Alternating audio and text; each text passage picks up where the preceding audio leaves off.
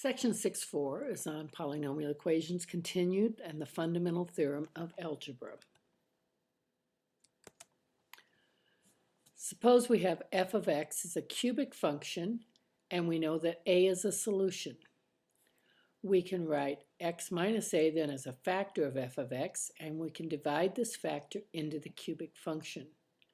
When we do that, the quotient will be a quadratic factor of f of x, and additional real solutions to f of x equals 0, the solutions to the quadratic factor will be used to find the remaining ones. We'll learn methods here of getting that. First, let's look at synthetic division. And the factor we would write would be x minus a. So in this case, our a equals 2.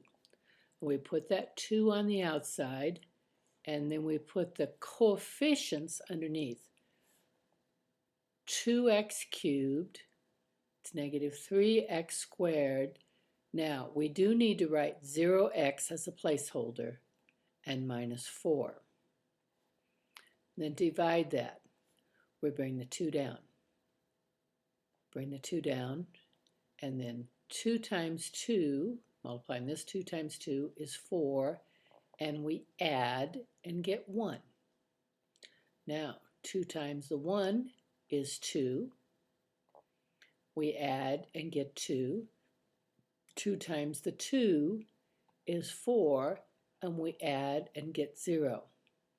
This indicates that x minus 2 is a factor of 2x cubed minus 3x squared minus 4, and that a equals 2, that x equals 2 then is a solution. That's how we divide. Let's do a second one of those as extra practice. Now again, it's x minus a, so here in this case a will be negative 4 because it would have to be minus a negative 4 to make it plus 4. So we'll put that negative 4 on the outside, and then these coefficients in order. 3x to the 4th.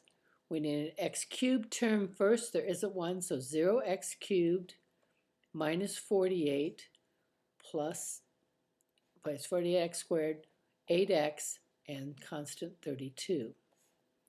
Draw the line. Bring the 3 down. Just straight down, then 3 times 4 times negative 4 is negative 12. Add is negative 12.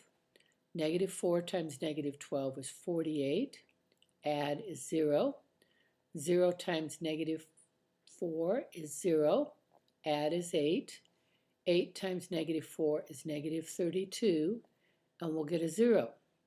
This indicates that x plus 4 is a factor of 3x to the 4th minus 4x squared plus 8x plus 32, and x equaling negative 4 then would be a solution to that equation if it was equal to 0. We're going to do that again. Here they tell us that we have the solution. X equals 2 is the solution, and we need to find the remaining solutions. We're going to use our synthetic division to help us. We're going to take, basically we're dividing by x minus 2, but using synthetic division we'll just use the 2. 1x cubed, 6x squared, negative 1x, and negative 30. Bring the 1 down. 1 times 2 is 2. 6 plus 2 is 8. 2 times 8 is 16. Add is 15.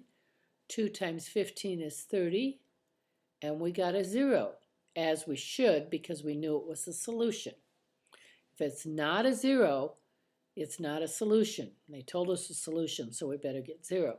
Now, this stands for x squared plus 8x plus 15. And if this whole thing equals 0, this factor would equal 0. Oh, this factors into x plus 3 times x plus 5. So we end up with x equals negative 3 and x equals -5 are my two remaining solutions. Now remind you, when the graph touches but does not cross the x-axis at a 0 of even multiplicity. So if we had, and say this was 3, 0, if my graph looks something like this, then 3 would be a solution 2 times to the equation, and maybe over here this is -5, 0, and it crosses there. X equals -5 would be a solution only 1 time. It would be odd plus.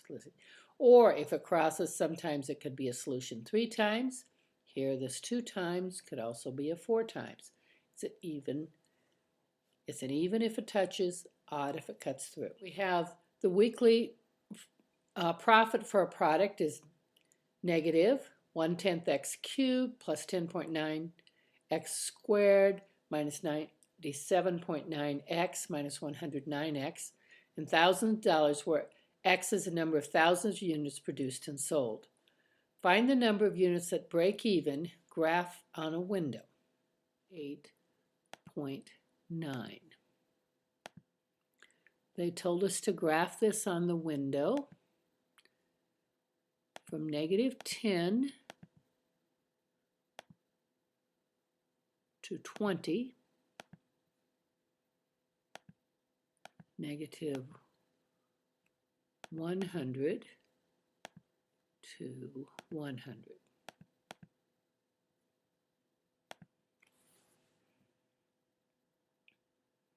We graph there. We know we do not have a complete graph because we only have 2 solutions and we don't even see a turning point. But we can see a 0 here. And let's look at this 0 right here. So let's find that. We want a 0. Let's say we're going for this one. So on the left side could be 0. On the right side, well, we know this goes to 20, so why don't we just use 20? And let's take a guess of 10. And we find out that 0 is at 11. Let's go back. And that's really why we wanted to graph it. We were just looking for one of the zeros. That we have a 0. Find the number of units that break even. Well, first we found one of the break-even places. What is that? 11, 0. So 11 units would be a break-even amount. Use synthetic division to find a quadratic factor. Well, we know that 11 is a solution. So let's take 11 into -0.01, 10.9, -97.9, and -108.9.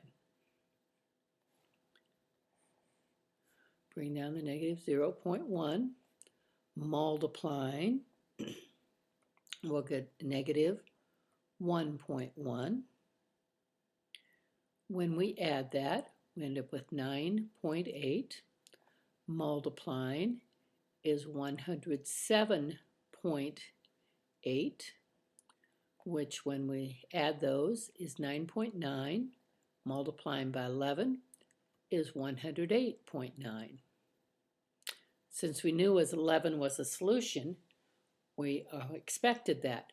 We're finding the quadratic factor. Well, the quadratic factor then is -0.1 x squared plus 9.8 x plus 99. And x minus 11 would equal 0. This would also equal 0.